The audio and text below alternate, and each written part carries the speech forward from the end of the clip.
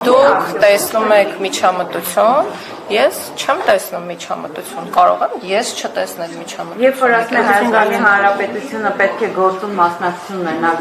յուրաքանչյուրը ձեր օպերատորներին զսպել։ Երբ որ եկեղեցին ինքնակարգավորվող մարմին է, այստեղ կա միջամտություն, թե չկա։ Իսկ եկեղեցու ինքնակարգավորվող մարմին լինելու հանգամանքը մենք ինչից ենք բխեցնում այն, որ եկեղեցին այլևս մեր սահմանադրության մի մասն է, դա ձեզ ոչինչ չի ասում, այսինքն եկեղեցին որևէ նշանակություն չունի քաղաքացիների կյանքում եւ այլն, հա, եթե մենք համաձայնության ենք գալիս այն հարցի շուրջ,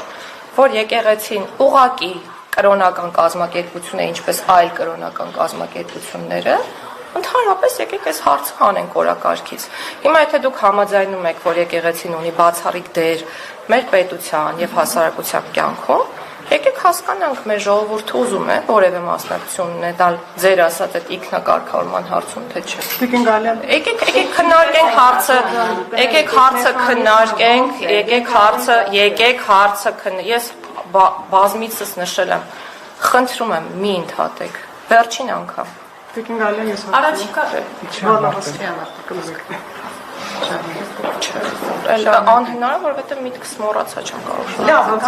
Տիկին Գալյան, ես հարցամ էլի։ Դաշնակցական Հրանտ Մարգարյանը հարցազրույց է տվել եւ հոկտեմբերի 27-ը եւ նոյեմբերի 9-ի այդ խուլիգանությունը որակել որպես պորտկոմ, սրբություն, սրբոց եւ էլի մի քանի հայտարարություններ արել։ Դուք որպես իրավաբան այստեղ խնդիր չեք տեսնում այդ մարդուն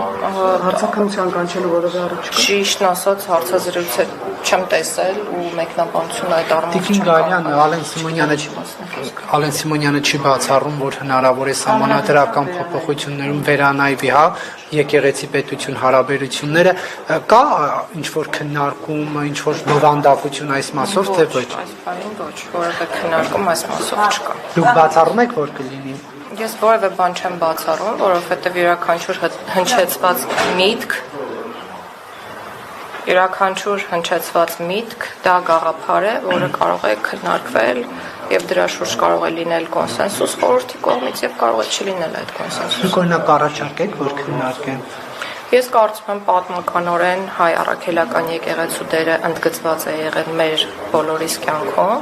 եւ առնվազն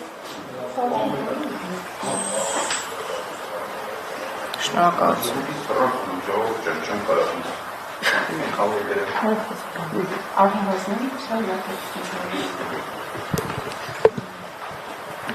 Այլ հարցեր ունեք։ Տիկին Գալյան, վարչապետը իր գրառումներով հարցեր է բարձրացնում եկեղեցականների մասին։ Հիմա պետությունը ինչ-որ քայլեր անում է, օրինակ այդ տեղեկատվությունները ճշտելու համար, ինչ-որ հանձնարարականներ կան, թե ոչ։ Ոչ, կարծում եմ, ինչ հանձնարարական պետք է։ Օրինակ վարչապետի կինը մանկապարտության մասին է խոսում, որ հոգեվորականների մեջ Եթե առնվազն այդ ինֆորմացիան ստուգվում է, ապա ստուգման պարտականությունը արտահայտության նախարարությունը չի կարող կրել։